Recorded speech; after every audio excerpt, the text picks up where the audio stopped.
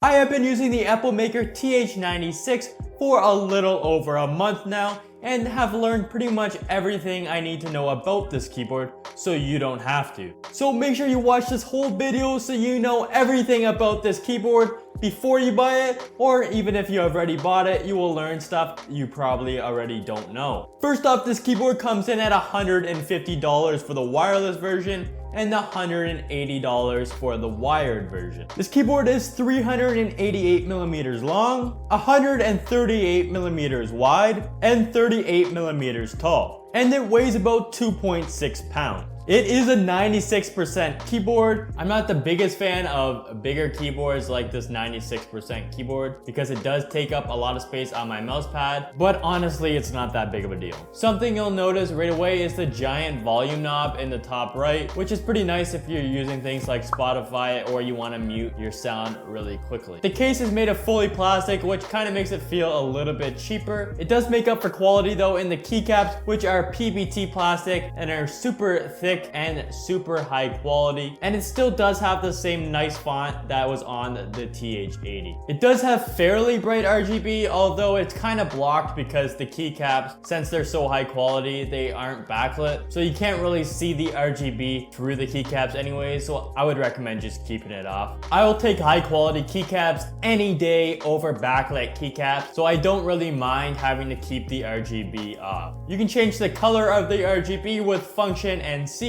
and the effect of the RGB with function and L. And some of the effects do have a direction which you can change with function and left arrow or function and right arrow. For the wireless version, which I have, there is no QMK or VIA support, but the wired version, which does cost $30 more, you can use the VIA or QMK software. Also, you can use Epomaker's own software. I haven't been able to get it to work with this keyboard, but everything that you can do on the software, you can do on the keyboard itself as well. And on this wireless version, you can change the different devices you use, up to 5 devices with the function and 1 through 5 keys. You can turn the wireless on and off with the button on the back by the cable port. And the wireless works with Bluetooth 5.0 or the 2.4 gigahertz dongle, which you can find underneath one of the feet on the back of the keyboard. And it is completely hot swappable with 3 or 5 pin switches. The keycaps do feature this nice colorway, with the main keys being this nice off-white color, and some of the outside keys are this light gray color with a little bit of yellow to give it some pop. It does come in another colorway, which is gray and white, which I think looks a lot better than this one, but it's what you get. The case is also more rounded instead of the more square or rectangle-like shape you get on most other keyboards, which I'm not the biggest fan of because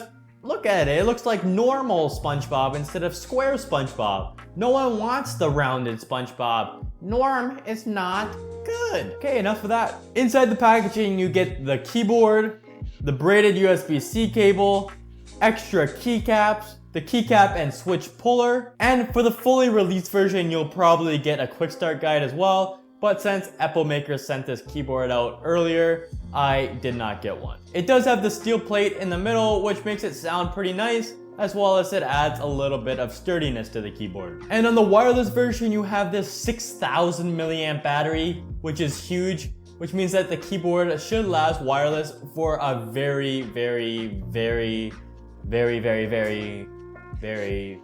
2 hours later. Very long time. But not only that, just the sheer size of the battery makes it a lot heavier, and honestly, just having a heavier keyboard makes it feel a lot better. I'm pretty sure I heard this on a TV show or TikTok or somewhere on the internet. I listen to too many things every day. This company released these remotes and they worked really good, but they were really lightweight, so customers were complaining that the quality was terrible on them. So all the company did was add weights to the remotes and all the customer complaints went away, and every customer was actually happy with how good the quality of this remote was. My point being is all you have to do is make the keyboard heavier and it just feels better. Even if it's made of the cheapest qualities, which a lot of these keyboards are, including this one, it's just made of plastic. The TH80 and TH96 are pretty much the same keyboard, the only difference being the size of the keyboard. To me, I prefer smaller keyboards, and the square edges on the TH80 a lot better than the TH96. So I would have to give the edge, in my personal preference, to the TH80. As for what you're gonna actually be using this keyboard for in the real world, the switches are probably the biggest factor for any keyboard. For switches, it comes with their tactile switches or the flamingo switches, which are the ones I got, which are linear and kind of feel like Gateron yellows a little bit. I've been playing the new Call of Duty Modern Warfare 2 with them, and it's actually really nice on these switches because you barely have to touch the buttons and it allows you to jump really quickly or to dolphin dive or climb. You can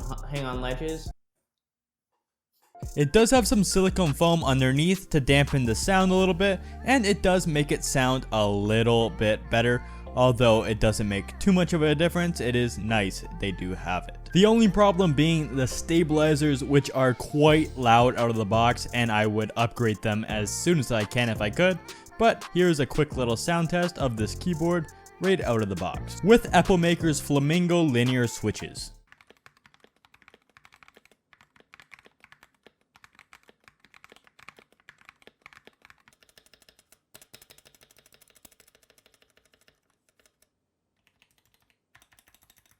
The TH96 is the older cousin of the Epomaker TH80, but there are some differences, so make sure you watch this video to choose which keyboard is best for you.